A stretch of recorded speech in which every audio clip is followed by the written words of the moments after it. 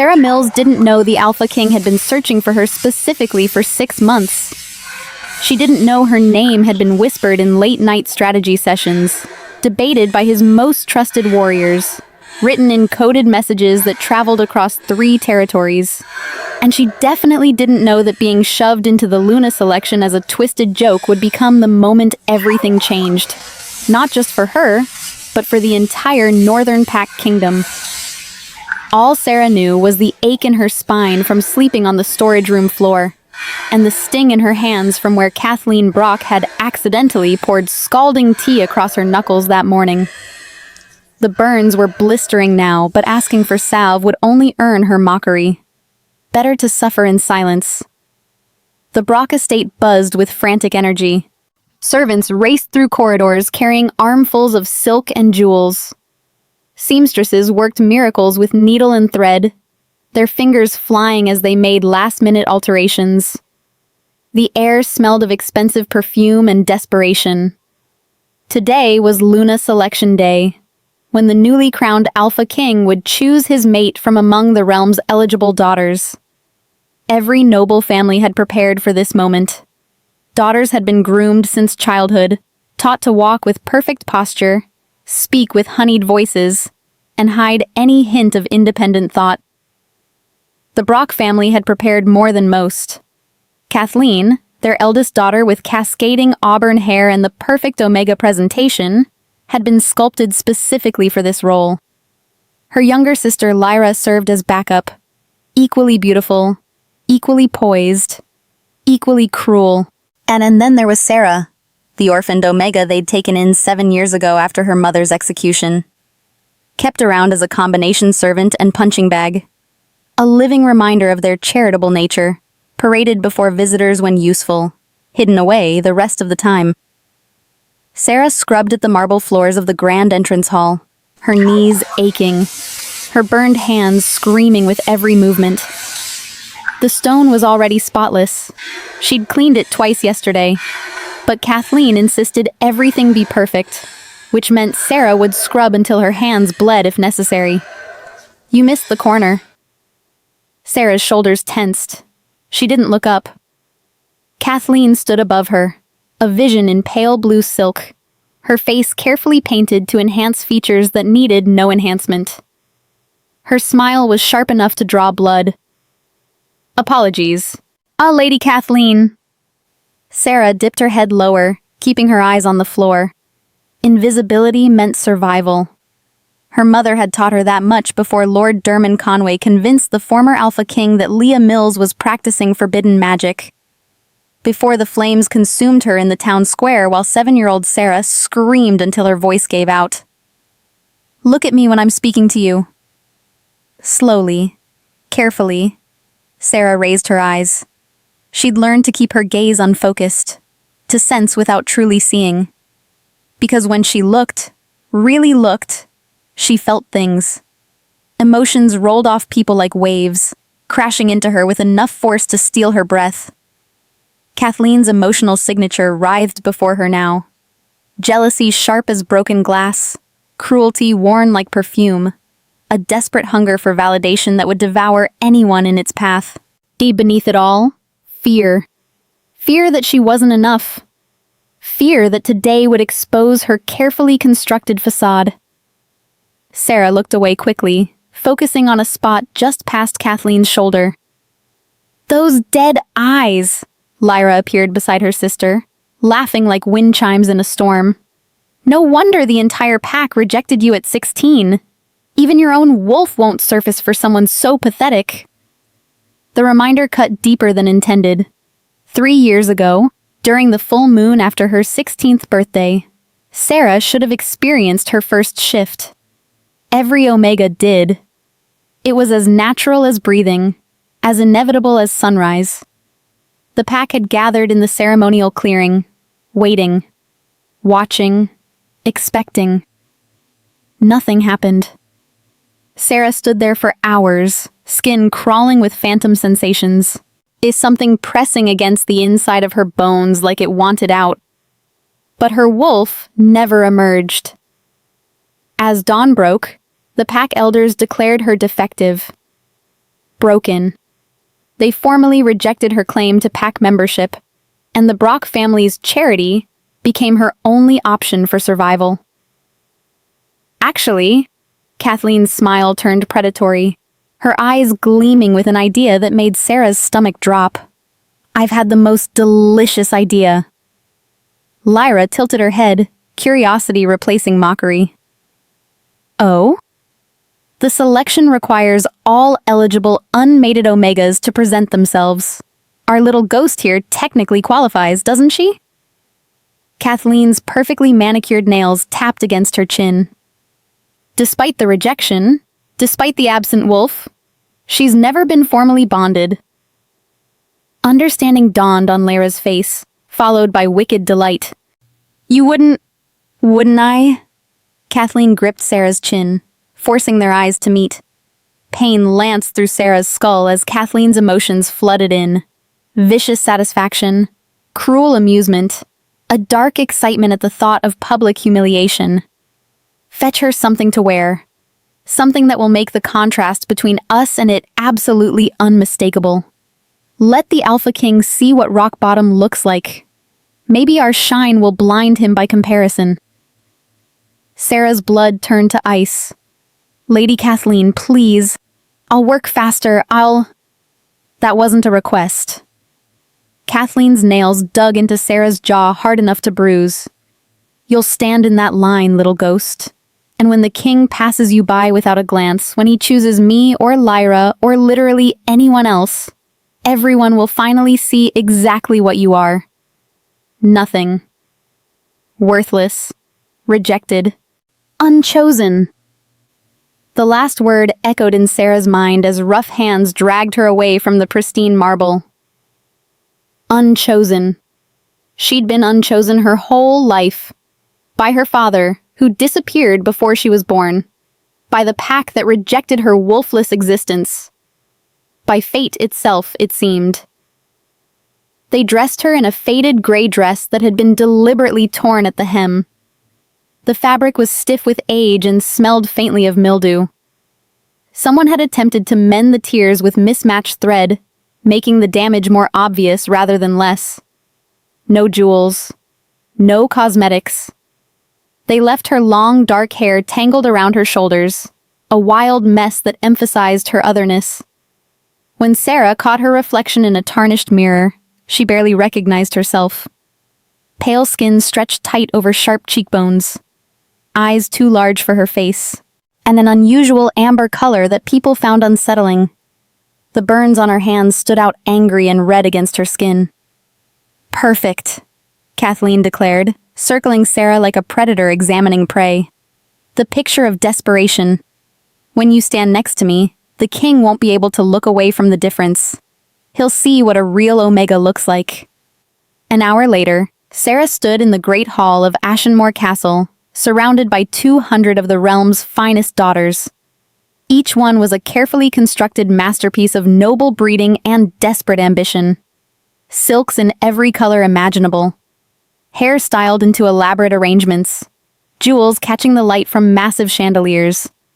The air was thick with competing perfumes and barely contained excitement.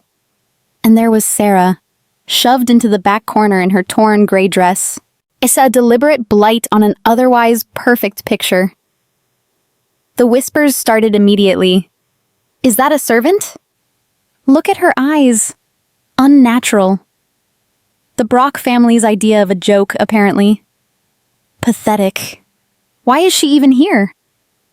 Serah stared at the floor, counting the stones in the elaborate mosaic beneath her feet.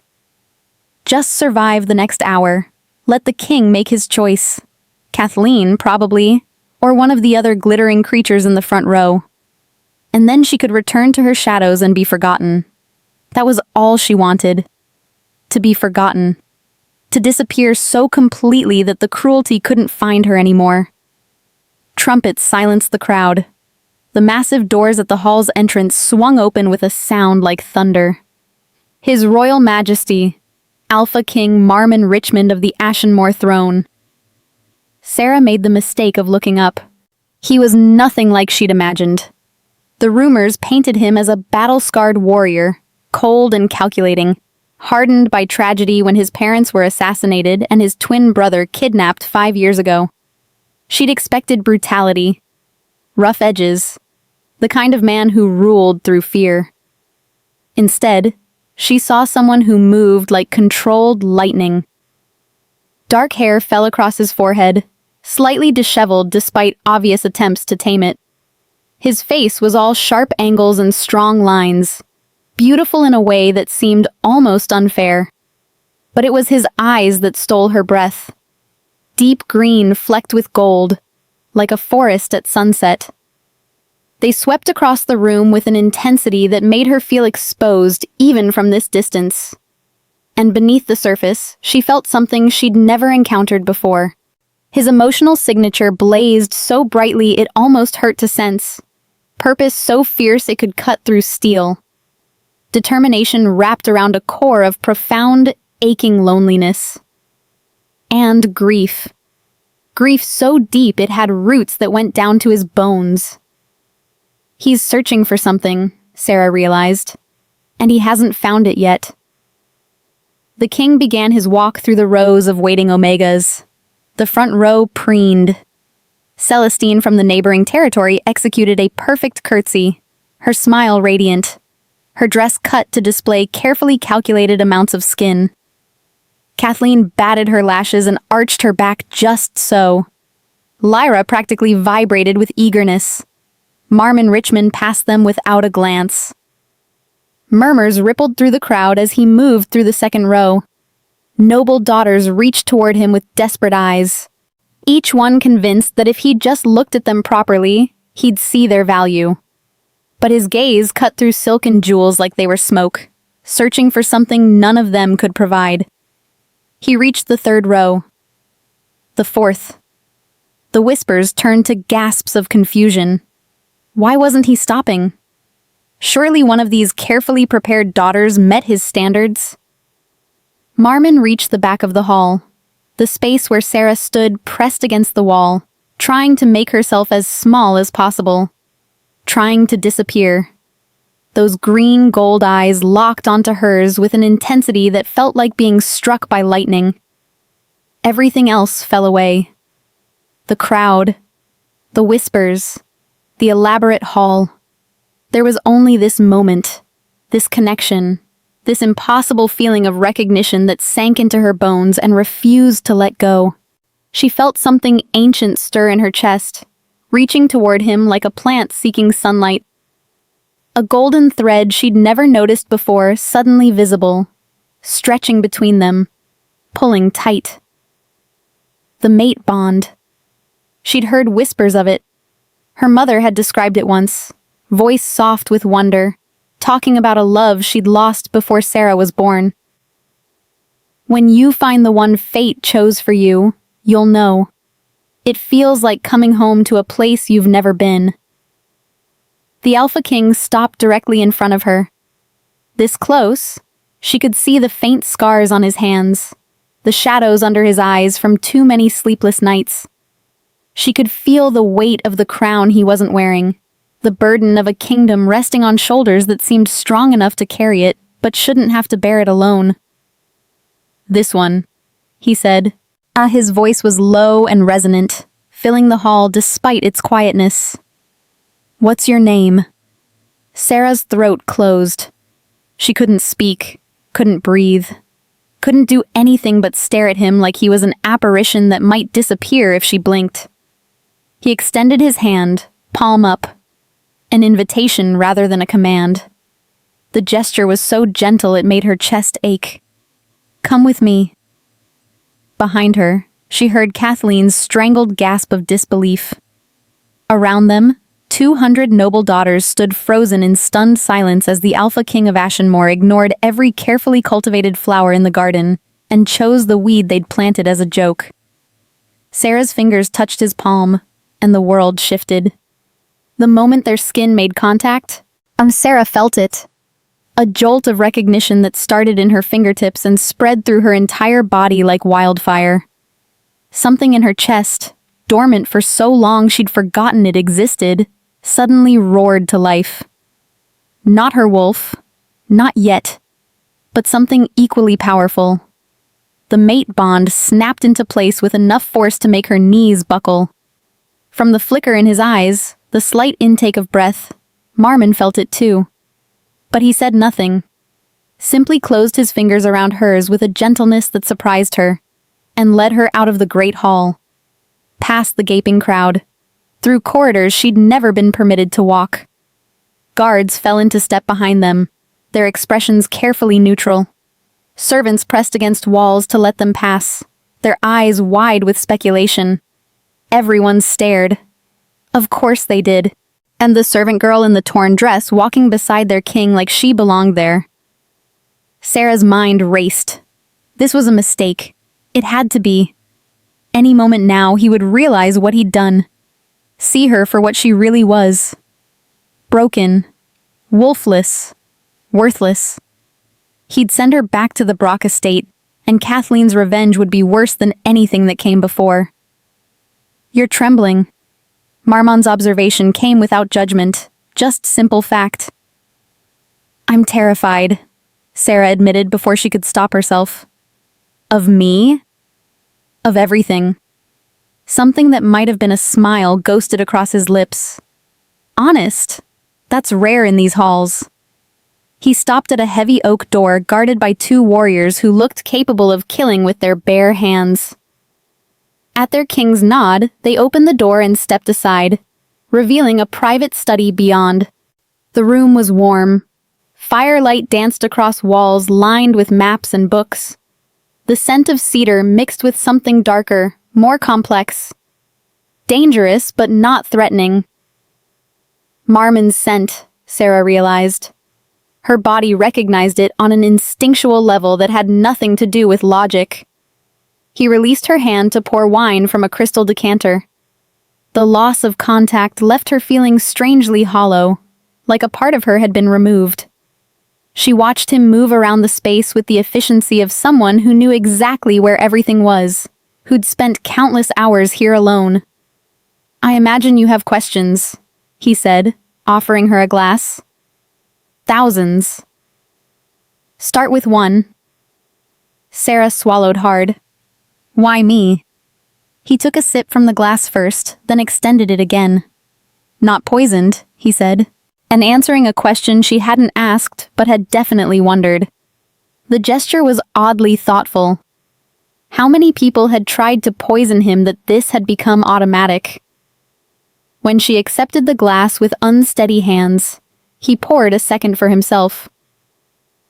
Because you're the only woman in that hall who can do what I need done. And before you deny it, I know what you are, Serah Mills. I know what you can sense when you focus on people. I know your mother had the same gift before Lord Dermon Conway convinced my father she was practicing dark magic. And I know you've spent 7 years hiding, pretending to be invisible. Terrified of meeting the same fate. The wine glass nearly slipped from her grip. How?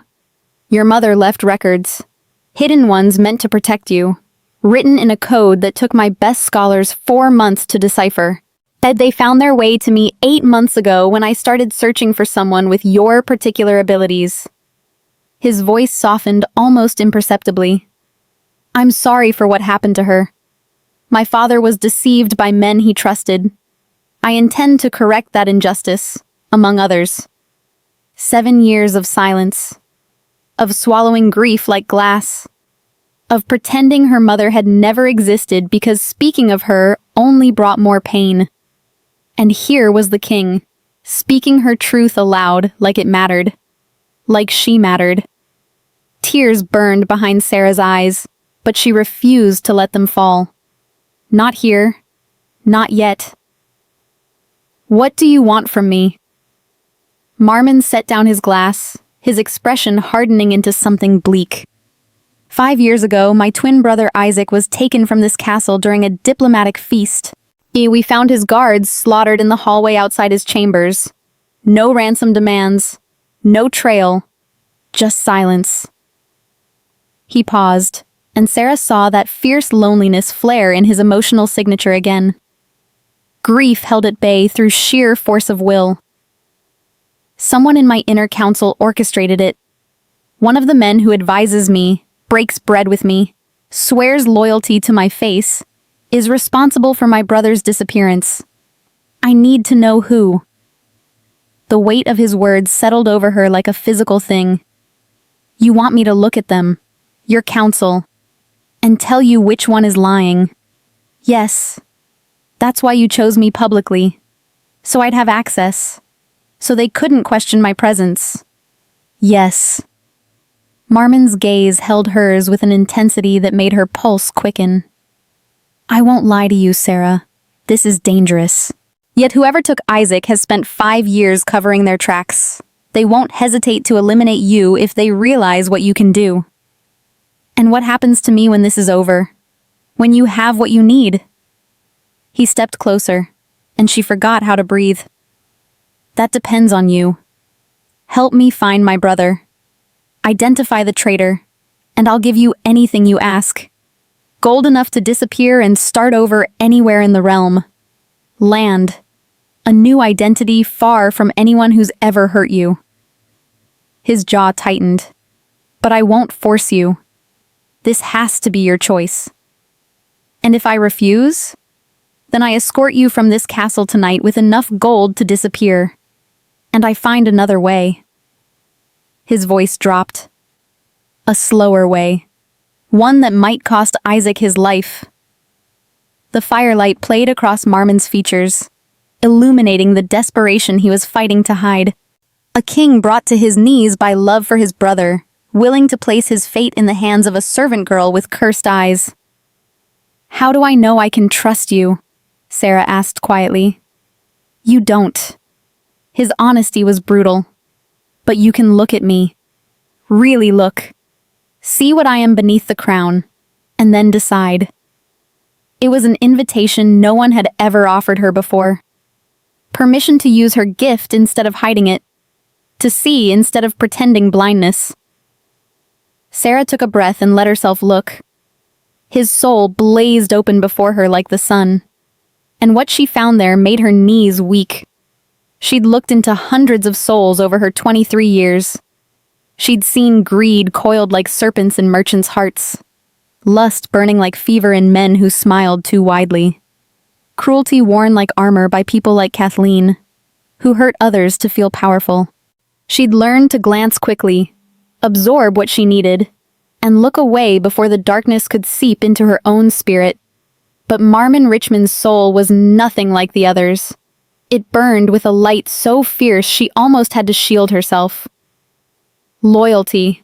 Not the performative kind lords displayed at court, but the variety that would die before betraying those it loved. Grief, yes. Vast and heavy for parents murdered and a brother stolen. But beneath it all, hope.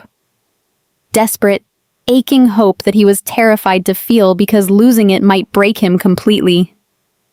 And wrapped around everything, loneliness so profound it made her chest physically hurt. He'd been alone, she realized. Surrounded by people but utterly alone, trusting no one, carrying everything by himself because there was no one else to share the burden. She saw something else, too. Something that made her breath catch. A thread, golden and faint but growing stronger by the second, stretching from his soul to hers. The mate bond, visible now in a way it hadn't been before. Serah severed the connection with a gasp, stumbling backward. Marmon caught her elbow before she could fall, his touch sending another jolt through her system.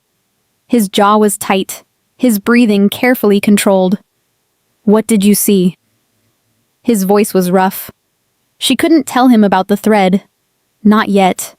Maybe not ever. The bond was one thing. Physical, chemical, something wolves understood. But this connection went deeper. Soul level. The kind of thing that made people do foolish things. Instead, she focused on what mattered. You're telling the truth. About everything. She steadied herself, meeting his eyes. You genuinely don't know who took your brother, and you'd burn the world to get him back. Something flickered across his face. Relief, perhaps, that she believed him. that someone finally believed him. "Then you'll help me?" Serah thought of the Brock estate, the endless scrubbing, the casual cruelty. Kathleen's laughter, sharp as broken glass. She thought of her mother, dragged from their cottage at dawn, screaming Serah's name as the flames consumed her. And she thought of Isaac Richmond, 18 years old when he was taken, 23 now, the same age as her, stolen from his home by someone he should have been able to trust. "I'll help you," Serah said, "but I want more than gold." Marmon's eyebrow rose slightly. "Name it." "Lord Dermon Conway had my mother killed based on lies he fed to your father. The Brock family took me in only to use me as their personal servant. They've spent 7 years making my existence a living nightmare." She lifted her chin, refusing to let her voice shake. "When this is over, I want justice. A formal inquiry. And if Conway is found guilty..." "He will be." Marmon's voice went cold as winter steel. "I've already seen the evidence my father was too paranoid to examine properly. Conway accused your mother to cover his own dealings with dark magic practitioners. He used my father's fear as a weapon." His expression hardened. "I was going to deal with him eventually. You've simply moved up the timeline." The confirmation hit Serah like a physical blow. She'd always suspected, but hearing it spoken aloud, "My mother died for nothing." "Your mother died because powerful men are cowards who destroy what they can't control." Marmon's hand was still on her elbow, steady and warm. "I can't bring her back, but I can make sure her death is answered for." Tears finally spilled down Serah's cheeks. She couldn't stop them this time. 7 years of grief, unleashed all at once. "Then we have a deal. We need to seal it." Marmon moved to his desk, withdrawing a small blade. Silver, with a handle wrapped in black leather. A blood oath, unbreakable by either party once sworn. "You help me find Isaac and identify the traitor. I ensure Conway faces justice, and you walk free with whatever you desire when this is finished. Gold, land, a new life. Neither of us can betray the other until our obligations are fulfilled." He drew the blade across his palm without hesitation. Blood welled up, dark and red against his skin. He offered her the knife, handle first. "Your choice," he said quietly. "Your terms. I won't force you." Serah took the blade. The cut stung, sharp and clarifying. When she pressed her bloody palm to his, the world tilted sideways. Magic surged between them. Old magic, the kind that predated kingdoms and thrones and civilizations. It wrapped around their joined hands, sank into their skin, and settled somewhere deep in her chest beside that golden thread that connected them. But beneath the oath, she felt the mate bond pulse brighter, stronger, more insistent. Mate. The word echoed through her mind, unbidden and undeniable. Marmon's grip tightened on her hand. His breathing shifted, almost imperceptibly. His eyes searched hers with an intensity that told her everything. He felt it too. The bond, the pull, the rightness of this connection that neither of them had asked for but couldn't deny. Neither of them mentioned it. The chambers they gave Serah were larger than the entire servants' quarters at the Brock estate. A canopied bed dominated one wall, draped in deep emerald silk that probably cost more gold than she'd seen in her lifetime. A fireplace crackled with warmth, driving away the evening chill. Windows overlooked the castle gardens, where moonlight turned stone paths to silver. There was a copper bathing tub already filled with steaming water, scattered with rose petals. A wardrobe stood open, revealing gowns in colors she'd only ever seen on noble ladies. Soft fabrics, a careful stitching, beautiful things meant for someone beautiful, not for her. His Majesty instructed me to attend to your needs. The woman who'd escorted her, Mabel Cross, she'd said with weathered hands and kind eyes, gestured to the wardrobe. Tomorrow you'll be presented to the court as the king's chosen. You'll need to look the part. I'm not his chosen, Serah said automatically. The words felt hollow even as she spoke them. Not really. This is an arrangement. Mabel's expression shifted into something knowing, almost amused. Of course, my lady. My lady. The words felt wrong on Serah's skin, like a coat that didn't fit properly. After Mabel left, Serah sank into the bath and let the heat unknot muscles that had been tense for years. She scrubbed away the grime of servitude, watched the water turn gray, but she couldn't wash away the unease settling in her chest. Marmon trusted her. Or at least, he trusted her gift. But did he understand what it cost her to use it? Every time she looked into a corrupt soul, some of that darkness clung to her, seeped into her dreams, left stains she couldn't quite scrub clean. Just find Isaac. Identify the traitor. Get your justice and leave. Simple.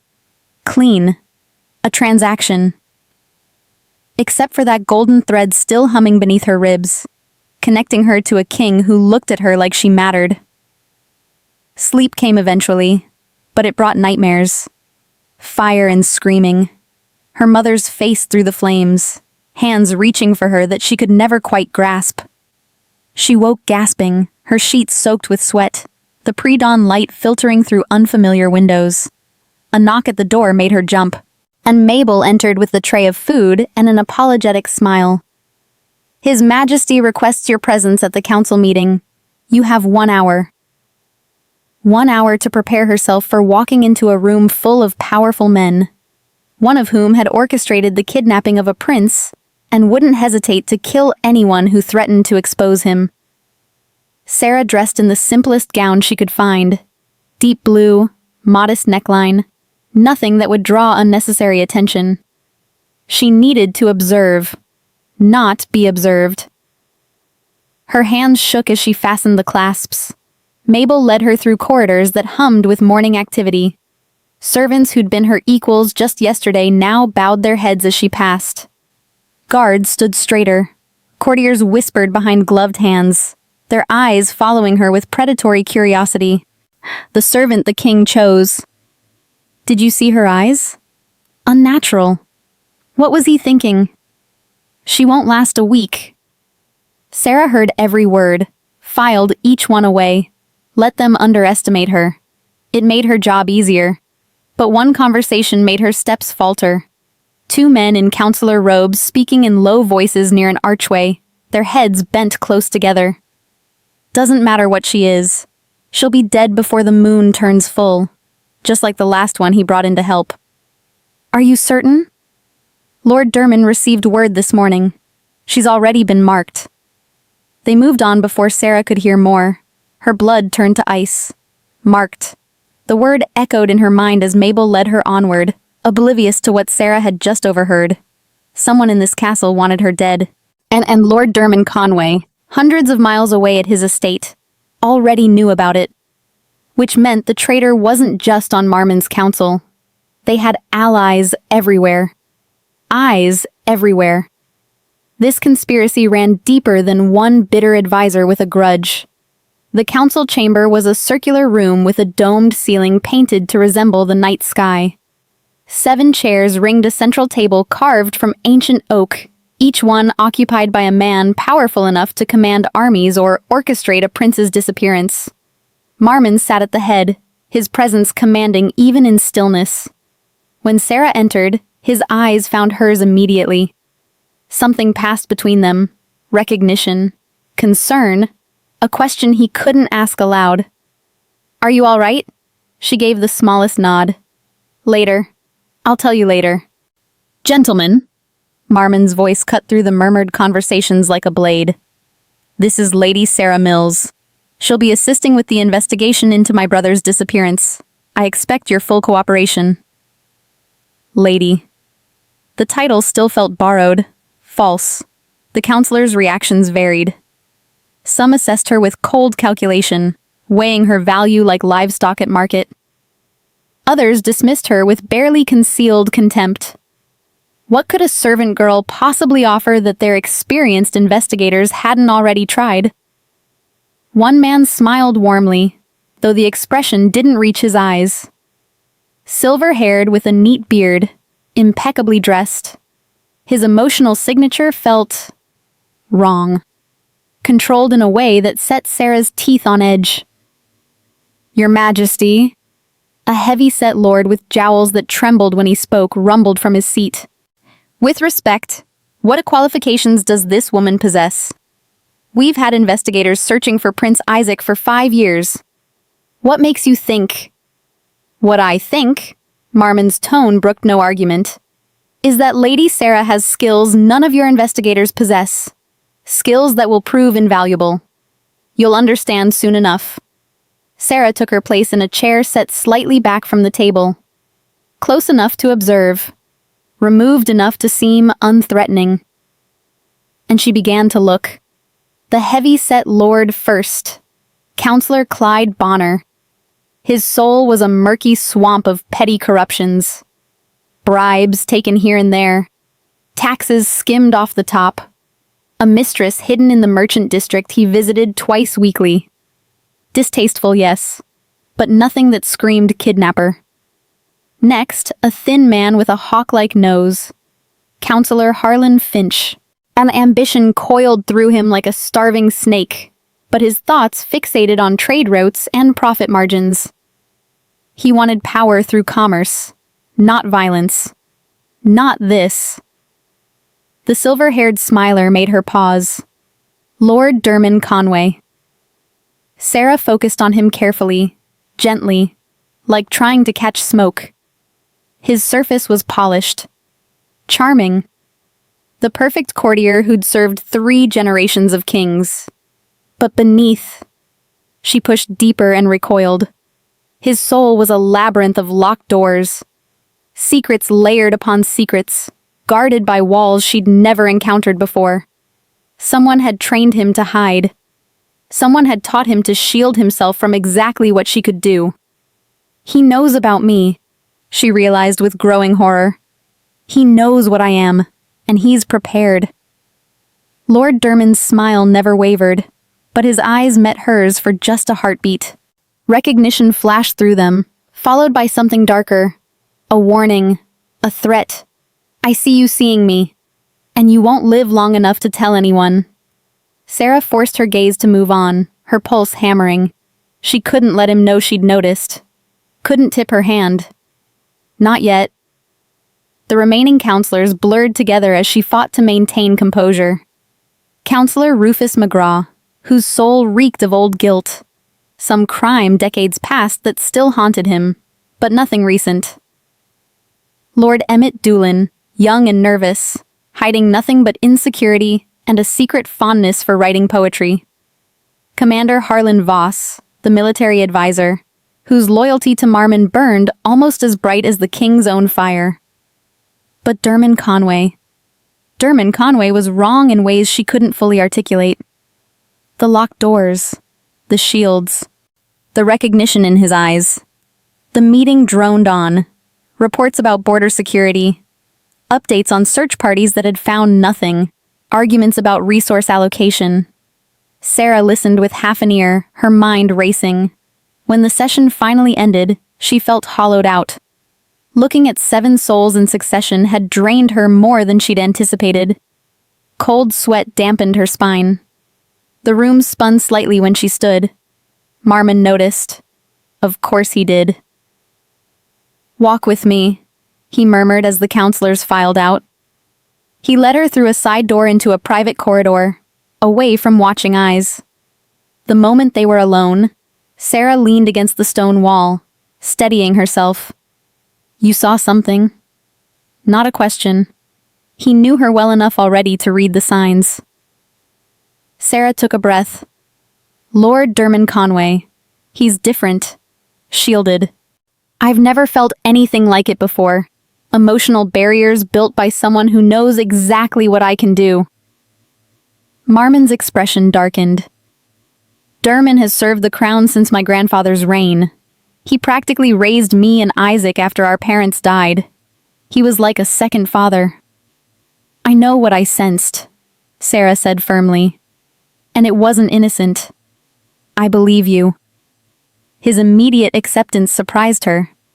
"I've suspected everyone on that council at some point. That's why I needed you. An outside perspective. Someone they couldn't manipulate."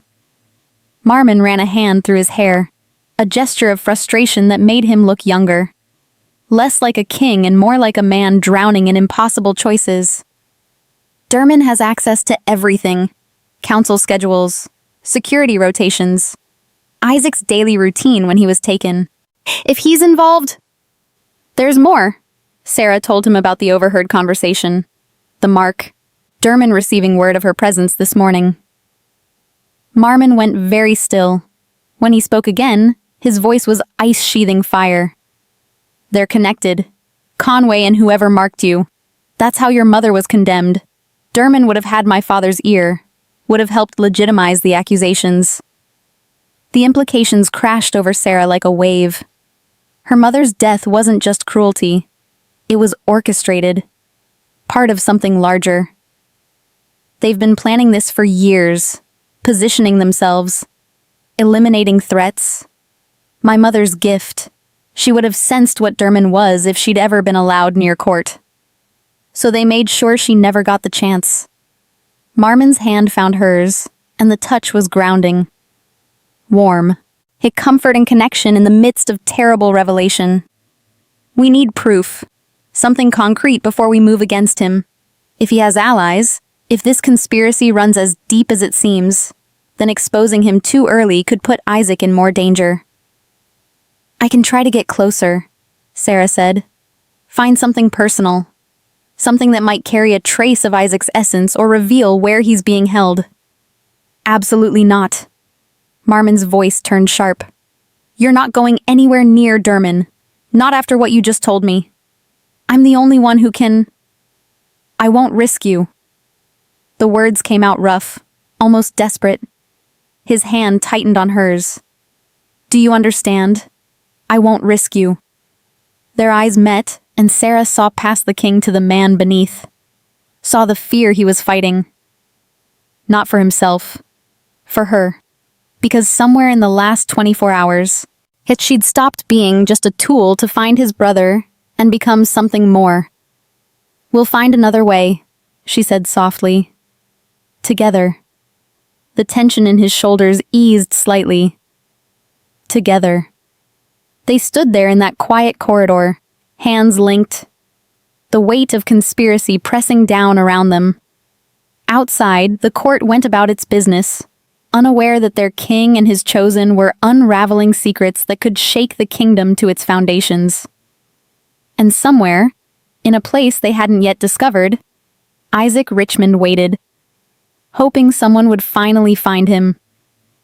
The next 4 days fell into a rhythm Serah hadn't expected. Mornings meant council meetings, where she sat quietly and cataloged every flicker of emotion, every carefully hidden reaction. Dermon Conway remained impenetrable. But she gathered fragments, glances exchanged with certain guards, messages delivered by servants who disappeared before she could question them. A pattern was forming, though she couldn't yet see its shape. Afternoons, Marmon insisted she rest. "You're no use to me collapsed," he'd said when she protested, though his voice was gentle, and his hand lingered on her shoulder a moment too long. The soul reading drained her more than she wanted to admit, leaving her pale and shaking after each session. But evenings became something else entirely. Something neither of them planned, but both found themselves seeking. He'd find her in the library, or she'd find him on the battlements. And they'd talk. Not about the investigation. About everything else. His childhood before tragedy hardened him into a king. Her mother's garden, where she'd learned to identify herbs by moonlight and listen to the way plants grew. The brother he was desperate to save. The life she'd imagined before servitude crushed it out of her. On the 4th night, Serah found Marmon in the castle's forgotten East Tower, standing before a portrait she'd never seen. A woman with Marmon's eyes and a young boy with his stubborn jaw. His mother and Isaac, frozen in paint and memory. "She painted this herself," Marmon said without turning. "My mother. She had an artist's hands. Isaac inherited them." His voice cracked, almost imperceptibly. He used to draw on everything. The margins of books, spare parchment, even the walls of his chambers when he thought no one was looking. Serah stepped closer, studying the brushwork. Confident strokes. Loving attention to detail. They're beautiful. They were everything. He finally turned to face her, and the raw grief in his expression made her throat tighten. "When they killed my parents, I survived because I was away training with the northern packs. I've never stopped wondering if that was luck or if someone arranged it that way." Arranged? If Dermot has been planning this for years, if the conspiracy goes back that far, then my parents' assassination might not have been a random border attack. His hands clenched into fists. I could have been ruling a kingdom built on lies, trusting men who smile while they sharpen knives for my back. "You can't know that for certain," Serah said softly. "No. But I can't unknow the possibility either." Marmon looked back at the portrait, his jaw tight. Isaac was only 13 when it happened, and I tried to be both a brother and parent, but I was barely 18 myself. I failed him, Serah. I let someone take him, and I've spent 5 years not knowing if he's even still. He's alive. Serah moved to stand beside him, close enough that their arms almost touched. I can't explain how I know, but I do. When I focus on this castle, on the memories soaked into these stones, I can feel an echo of him. Faint, but there. He's alive and he's waiting. Marmon's eyes searched hers, desperate to believe. "How can you be sure?" "The same way I was sure you were telling the truth when we made our oath. Some things you just know." She hesitated, then added, "He's strong, like you. Whoever has him hasn't broken him." Something shifted in Marmon's expression. The iron control wavered, and beneath it, she glimpsed the man rather than the king. Exhausted, lonely, desperately wanting to believe he wasn't alone in this fight anymore. Serah. Her name sounded different in his voice, like a prayer, like a promise. "I need to tell you something," she said quietly. "About the bond. I've felt it since the moment we touched in the selection hall." His eyes widened slightly. "You knew?" "I saw the thread connecting us when I looked into your soul. Golden, growing stronger every day." She wrapped her arms around herself, suddenly vulnerable. "I didn't want to. I've spent my whole life avoiding connection, and then you. Then I walked past 200 women and chose the one person in that room who didn't want to be chosen." His voice was rough. "Why didn't you say anything?" "Because the bond isn't a choice. It's chemistry, biology, wolves recognizing their match. But love." She met his eyes. "Love should be a choice. And I needed to know if what I felt was real or just the bond forcing my emotions. And now? Now I don't know where the bond ends and my actual feelings begin. And that terrifies me." Marmon stepped closer, and her pulse quickened. "I've been surrounded by suitable my entire life. Women who wanted my crown, advisors who wanted my ear, lords who wanted my favor. Connections built on what I could provide, not who I am beneath the title." His hand rose slowly, giving her time to pull away. When she didn't, his fingers traced her jaw with heartbreaking tenderness. "You're the first person who's looked at me, truly looked, and saw something worth knowing. Not the king, just me." "I saw loneliness," she admitted, "and grief, and then a man carrying more than anyone should bear alone. And you still stayed. I didn't have a choice. We made an oath." "You had a choice." His thumb brushed across her cheekbone, and she stopped breathing. You could have taken the gold and run. Instead, you're here, risking your life for a brother you've never met, and a king who has no right to ask anything of you. Marmon, I'm trying very hard not to kiss you right now, he said roughly.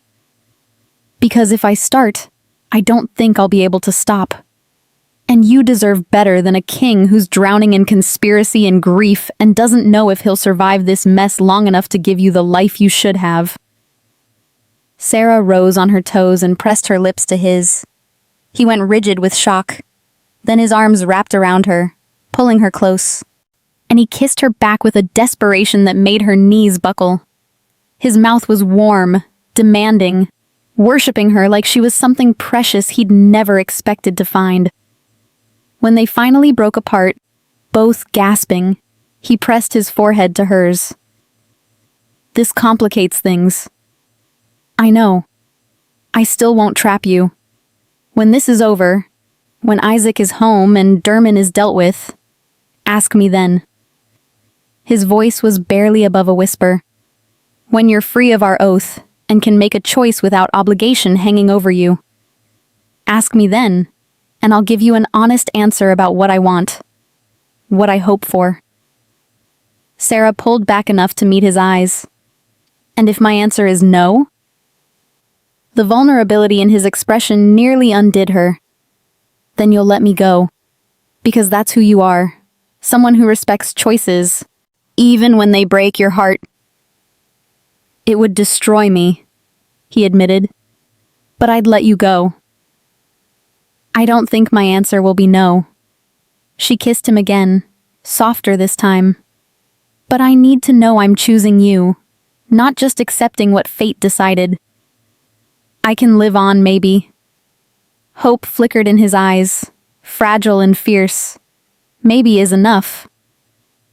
Good. She smiled despite everything, because maybe is all I have right now.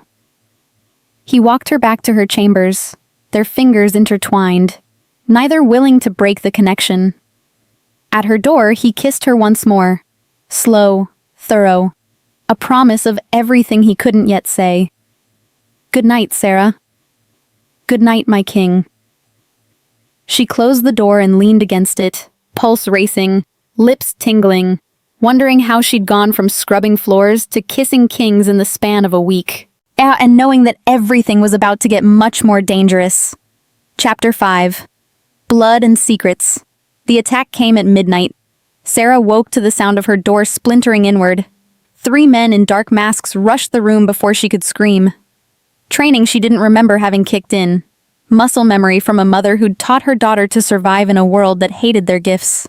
She rolled off the bed, grabbing the knife Marmon had insisted she keep under her pillow. Her first slash caught one attacker across the forearm. He howled, stumbling back, blood darkening his sleeve. But there were 3 of them and one of her. Hands seized her hair, yanking her head back with brutal force. A blade pressed against her throat, cold and sharp. One wrong move and she'd bleed out before anyone could help. "Ah, the king's little pet!" A voice hissed in her ear, breath hot and rancid. "Lord Dermot sends his regards." Dermot. No more pretense then. He'd made his move. "Kill me and you'll never leave this castle alive." Serah gasped, fighting to keep her voice steady even as terror clawed at her chest.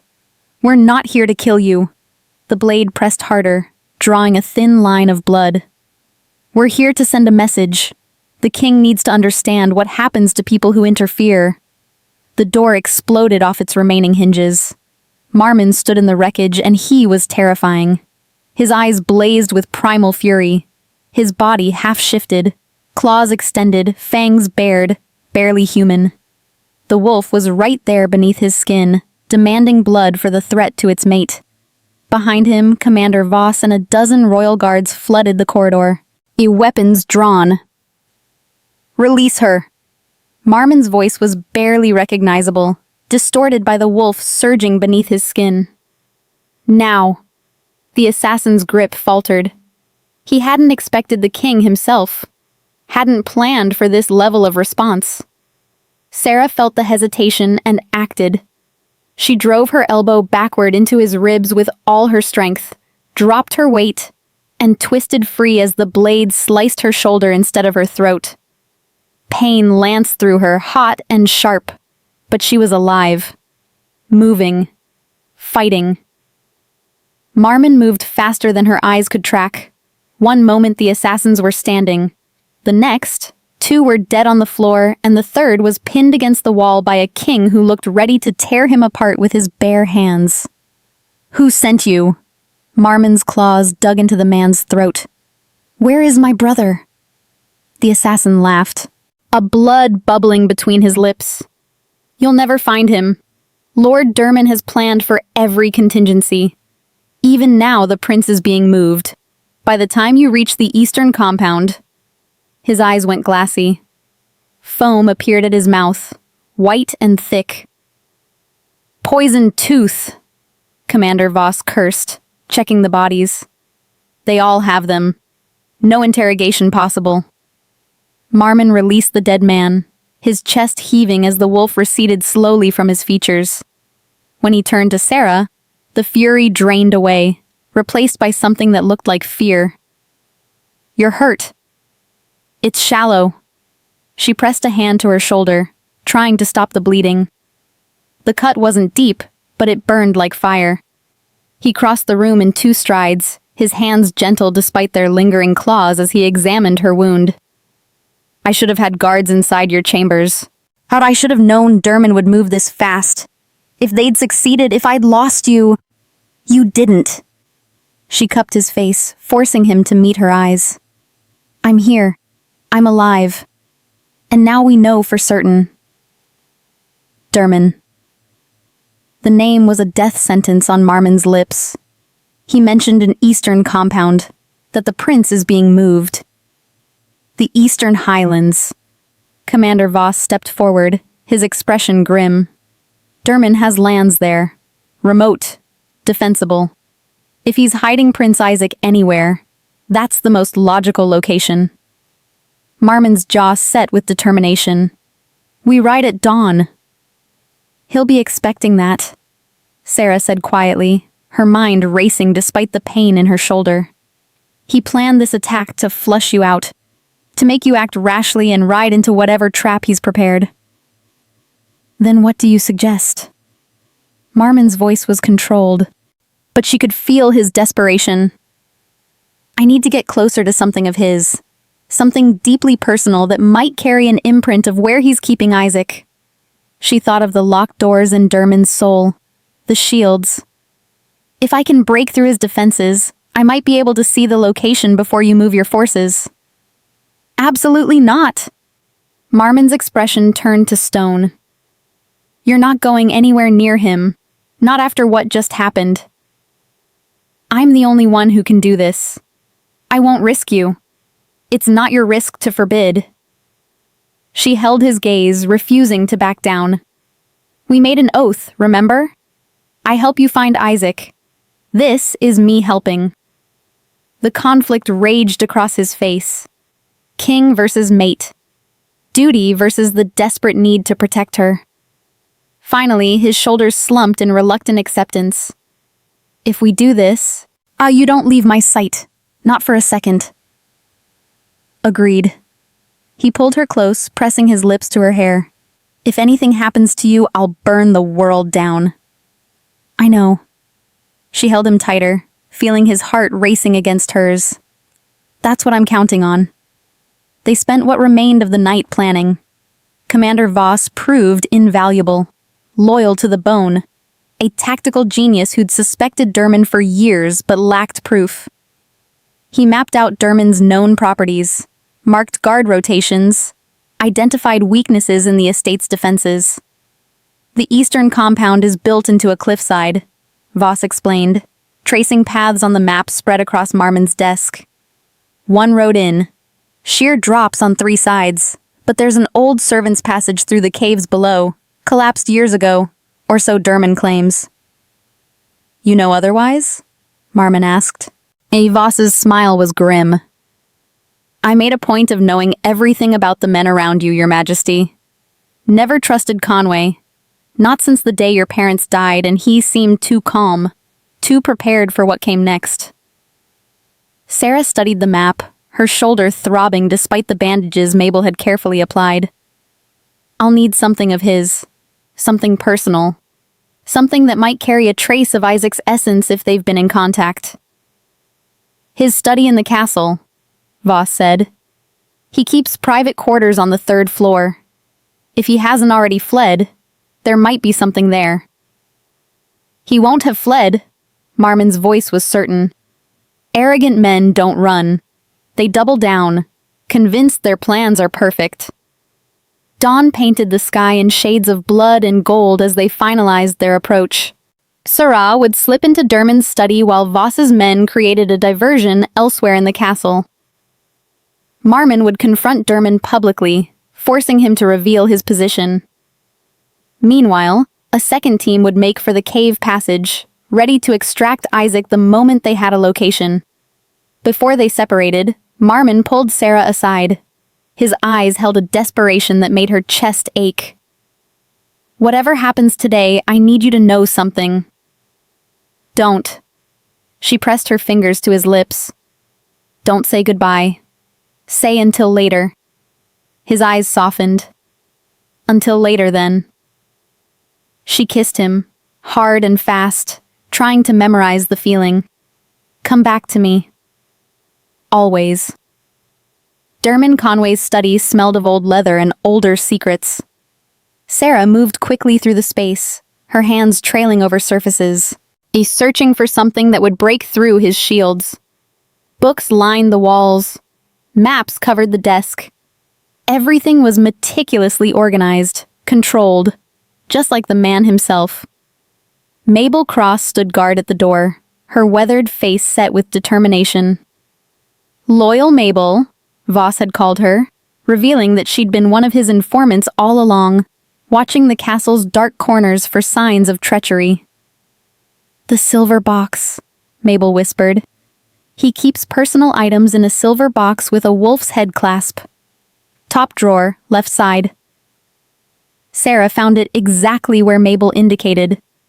Inside, letters written in code, a signet ring, and a lock of dark hair tied with blue ribbon. Her breath caught. Isaac's hair, kept as proof of life for ransom negotiations that never came. Hair held traces of a person's essence. Her mother had taught her that. Soul echoes imprinted on every strand. If she could focus on this connection... Serah closed her fingers around the ribbon and let herself fall into the vision. The world tilted. Stone walls materialized around her. Firelight. A room carved from mountain rock. Isaac Richmond sat on a narrow bed, thinner than his portrait but alive. His eyes held a defiance that 5 years of captivity hadn't broken. A woman entered. Sharp features. Cold expression. Lord Dermond's men report the king has taken the bait. They'll be here within the day, walking straight into our ambush. My brother isn't stupid, Isaac said quietly. His voice was hoarse from disuse but steady. Your brother is blinded by grief. The woman smiled cruelly. And that servant girl, the soul reader, she'll be dead before sunset. Dermond has already arranged it. Isaac's expression didn't change, but his hands, hidden beneath a blanket, gripped something small and sharp. He'd been waiting, preparing. The vision shifted, showing Serah what Isaac had been doing in the dark hours when his captors thought him sleeping. Watching guard rotations, counting footsteps, memorizing schedules. He'd fashioned a weapon from a broken bed slat, spent months sharpening it against stone. He knew which guards were cruel and which showed small kindnesses. He'd mapped the compound in his mind, marking exits, weaknesses, opportunities. North corridor, Isaac whispered to himself when the woman left. Third door. Always 3 guards. Shift change at midday. The vision released Serah with a gasp. She collapsed forward, head pounding, blood dripping from her nose. A Mabel caught her before she hit the floor. "Lady Serah." "I know where he is." Serah's voice was raw. "And he's ready to fight." They found Commander Voss in the corridor, his expression grim. "The king is confronting Dermon in the throne room. It's getting heated. We need to move now." The cave passage was exactly as narrow and treacherous as Voss had warned. Water dripped from stalactites, creating pools that reflected torchlight in dancing patterns. 20 of Voss's most trusted warriors moved in silence, their weapons ready. Serah stayed close to the commander, her shoulders still aching from the assassin's blade. But adrenaline pushed the pain aside. They were close now. So close. The passage opened into a storage cellar that smelled of damp and forgotten things. Voices echoed from above, guards discussing the coming attack, all confident in their defenses. "North corridor," Serah breathed. "Third door.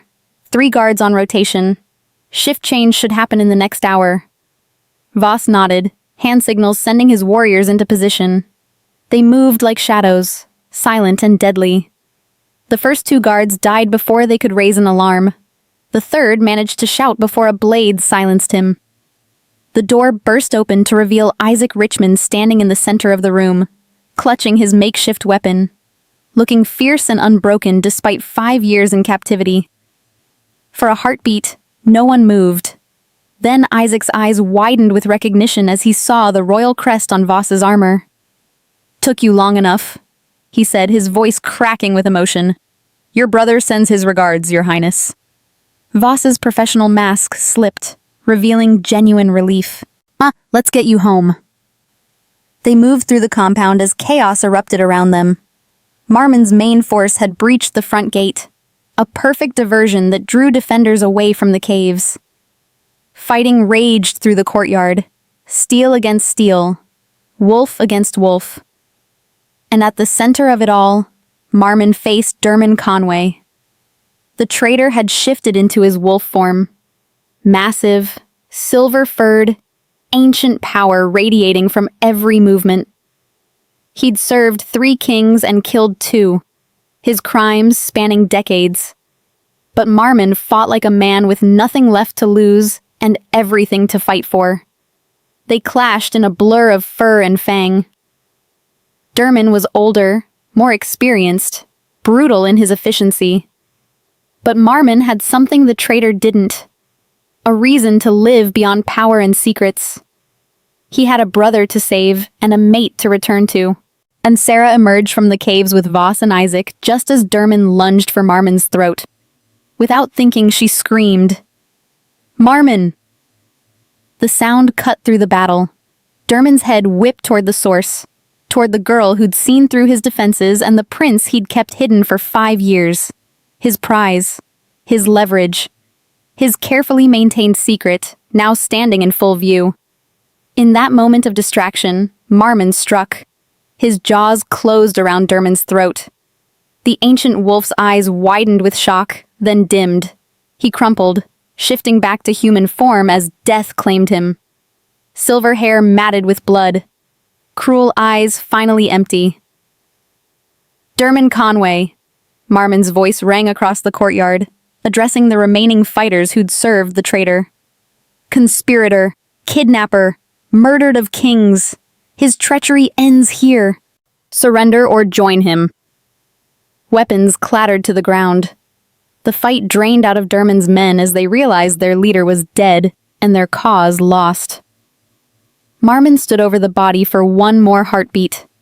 Then he turned, his eyes searching the crowd until they found Isaac. The reunion nearly broke Serah's heart. Marmon crossed the courtyard at a run, shifting back to human form mid-stride. Isaac met him halfway, and they crashed together with enough force to knock the breath from both of them. "You found me," Isaac wept, his composure finally cracking. "You actually found me." "Always." Marmon held his brother like he'd never let go. "I'll always find you." Serah watched from a distance, tears streaming down her face. This was why she'd agreed. This moment, This reunion. A family torn apart by treachery. Finally whole again. And then Marmon's eyes lifted and found hers across the battlefield. The gratitude in his expression was overwhelming. "Thank you," it said. "For everything." She pressed a hand over her heart. "Always," she mouthed back. The ride back to Ashenmore Castle took 3 days. Isaac slept most of the first day, his body finally allowing exhaustion to claim him now that he was safe. He'd curl against his brother during rest stops, unwilling to let Marmon out of his sight. 5 years of captivity had left marks that would take time to heal. But he was alive. Whole. Home. On the second night, Isaac sought Serah out where she sat by the fire, watching flames dance against darkness. "You're the one who found me," he said, settling beside her. "Not a question. A statement of fact. Your brother did the finding. As I just saw where to look." "That's not what Voss tells it. He says you walked into Derman's study, touched a lock of my hair, and saw exactly where I was being held. That you risked everything because you understood what it felt like to lose someone you loved." Isaac's eyes, so like Marmon's, studied her with uncomfortable intensity. "He also says my brother is completely in love with you." Serah's breath caught. "We've only known each other a week." "The bond doesn't care about time." Isaac smiled, soft and knowing. "And neither does real love. I watched you during the rescue. The way you looked at him when he was fighting. The way he looked at you when he realized you were safe. That's not obligation or destiny. That's choice." "Your brother asked me to wait until our oath was fulfilled before making any decisions," Serah said quietly. He wants me to be certain I'm choosing him, not just accepting what fate decided." "And are you certain?" She thought about Marmon's hands, gentle despite their strength. His grief held at bay by sheer will. The way he'd stood in her doorway after the assassination attempt, terrified he'd been too late. The kiss in the East Tower that had felt like coming home. "Yes," she whispered. "I'm certain." Isaac's smile widened. "Good.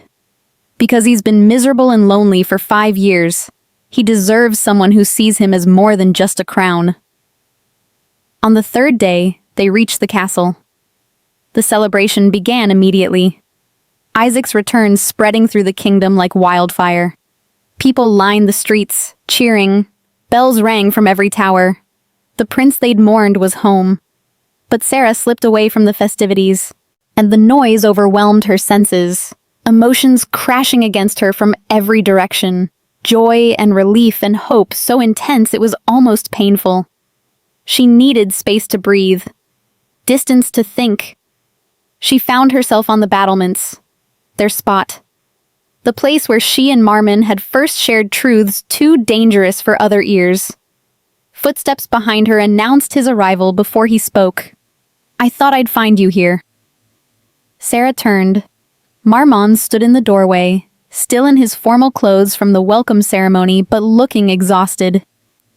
A king who'd carried the weight of a kingdom and his brother's absence for 5 years, finally allowed to set down part of that burden. "The noise was too much," she admitted. "For me too." He joined her at the wall, their arms almost touching. 7 days. Our oath is fulfilled." Her chest tightened. I know. You're free to go. The gold is ready. Derman will face judgment even in death. His estate seized, his co-conspirators arrested. The Brock family has been investigated. Kathleen and Lyra are being charged as accomplices. Your mother will have justice." He paused, and she noticed the slight tremor in his hands. "You have everything I promised you." Almost everything, Serah thought. "What else do you want?" Marmon asked, as if he'd heard her thought. "You. Just you. Always you." "Ask me," she whispered. Understanding dawned in his eyes. He turned to face her fully, and she saw everything he'd been holding back. Love, fear, desperate hope that she might choose to stay. Stay. His voice was rough with emotion. Not because of oaths or obligations or bonds we didn't ask for. Stay because you want to. A stay because what we have is worth fighting for. He pressed her hands against his chest, over his heart. Stay because I love you, Serah Mills. Because I can't imagine ruling this kingdom or living this life without you in it. Tears spilled down her cheeks. I'm terrified. I've never let myself want anything this much. Neither have I. He kissed the dampness from her face with heartbreaking tenderness. Be terrified with me. Let's figure it out together. Yes. The word came out broken and beautiful. Yes, I'll stay. Yes, I love you. Yes to all of it. Marmon swept her into his arms and kissed her breathless, spun her around on the battlements while the sun set golden around them, painting the world in shades of hope. From somewhere below, Isaac's voice drifted up. Finally! Oh, I was wondering how long that would take. They both laughed, foreheads pressed together, hearts beating in perfect sync. 3 months later, Lord Dermot Conway's crimes were laid bare in a public trial that shook the kingdom. His network of conspirators stretched further than anyone imagined, including members of rival pacts who'd paid him to destabilize Ashenmoor's throne. All were brought to justice. Kathleen and Lyra Brock received sentences of exile after their role in attempting to murder Serah became clear. The Brock estate was seized. Their parents, complicit in hiding Dermot's crimes, faced imprisonment. Serah didn't attend any of the trials. She'd already made her peace. Instead, she spent that morning in the castle gardens, planting herbs in a section Marmon had designated specifically for her. Lavender and rosemary, a sage and thyme. The same ones her mother had grown in their cottage before the world turned cruel. She'd be proud of you, Isaac said, joining her in the dirt. He'd filled out in the months since his rescue, no longer the gaunt prisoner, but the prince he was meant to be. Your mother. Seeing who you've become, what you've built here. I hope so. Serah patted soil around a seedling. I spent so long hiding what I could do. She taught me to survive, but I think she'd want me to do more than just survive. You brought me home. You exposed a conspiracy that went back decades. You're about to become Luna Queen to a kingdom that desperately needs someone who understands what it means to suffer. Isaac smiled. I'd say you're doing more than surviving. Speaking of which, Serah wiped dirt from her hands. Have you seen your brother? He was acting strange this morning. Isaac's expression turned innocent. Too innocent. Strange how? Nervous. Distracted. He kept staring at me like he wanted to say something but couldn't find the words. Can't imagine why. Isaac stood, offering her a hand up. But you might want to check the East Tower. I think he mentioned wanting to show you something. The East Tower, where they'd first kissed, where everything had changed. Serah found Marmon standing before his mother's portrait, dressed in formal attire she'd never seen him wear outside of official ceremonies. When he turned at her approach, his eyes held terror and hope in equal measure. Serah. He stepped forward, took her hands. I had a speech prepared. Isaac helped me write it. Very eloquent, carefully crafted to express everything I feel. A speech? Her pulse quickened. I've completely forgotten every word. He laughed, nervous and young and utterly endearing. All I can think is that 3 months ago, I walked into a selection ceremony expecting to find a political alliance. A suitable Omega who would play her role and ask nothing of me beyond status and security. And instead, I found you. This fierce, brilliant woman who'd been treated like she was invisible her entire life, but who blazed brighter than anyone I'd ever met. His thumbs traced circles on her palms. You gave me my brother back. You exposed the truth about my parents. You gave me something I'd forgotten how to feel. hope. He dropped to one knee. Serah's breath caught. Her heart hammered so hard she thought it might break free from her chest. I'm not asking because of the bond," Marmon said quietly. "I'm asking because I've never loved anyone the way I love you. Because every morning I wake up grateful that you chose to stay. Because I want to spend the rest of my life proving that you made the right choice." He pulled a small box from his pocket. Inside, a ring, simple silver band set with an amber stone that matched her eyes exactly. "Marry me, Serah. Bond with me. Let me spend forever showing you that you were never nothing, never worthless, never unchosen.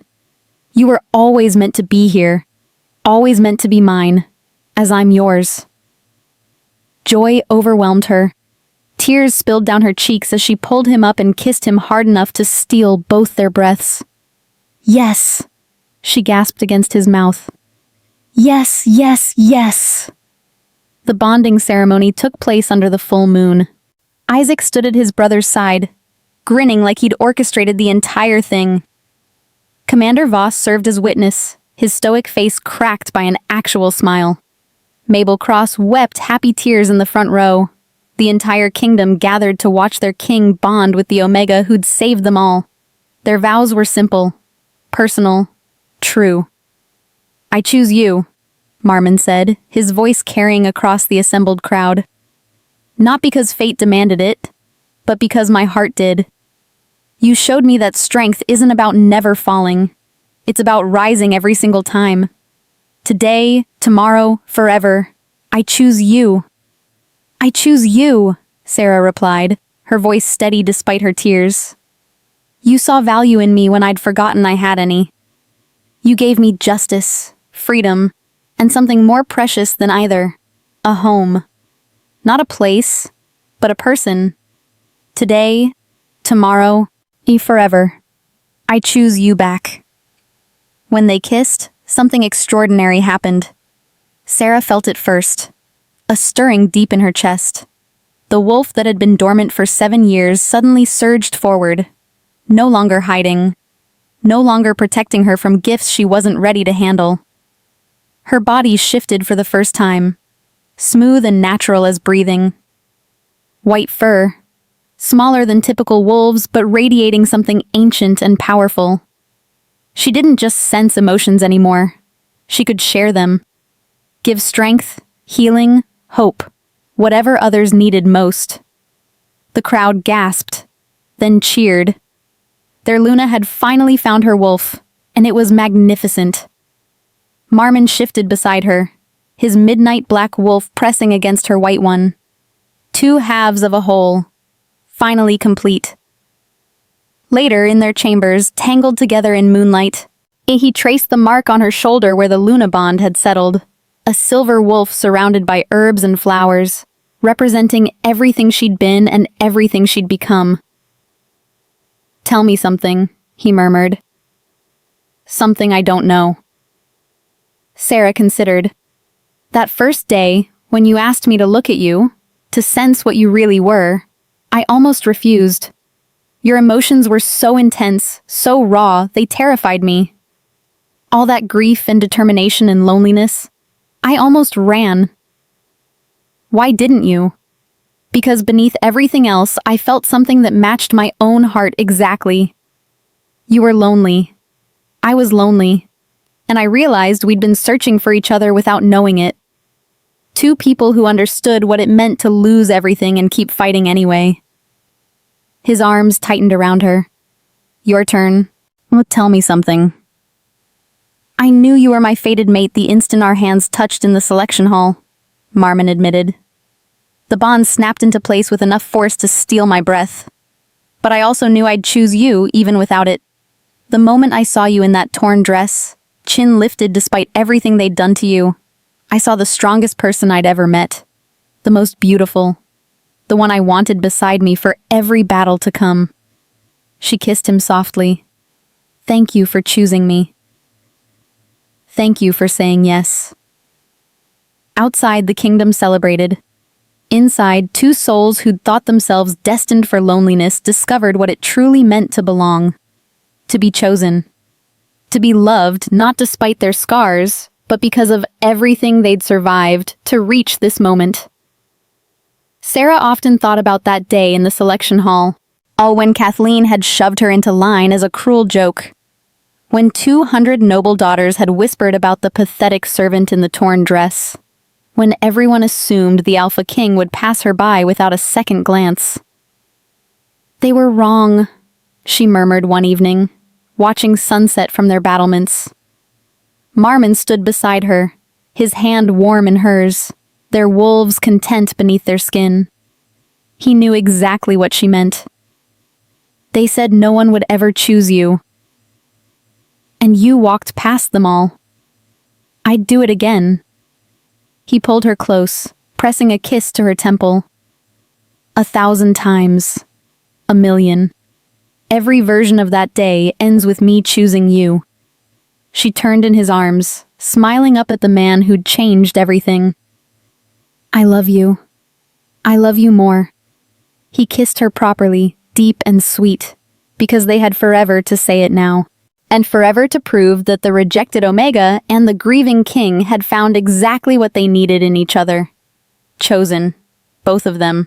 By fate, yes, but more importantly by each other. And that made all the difference.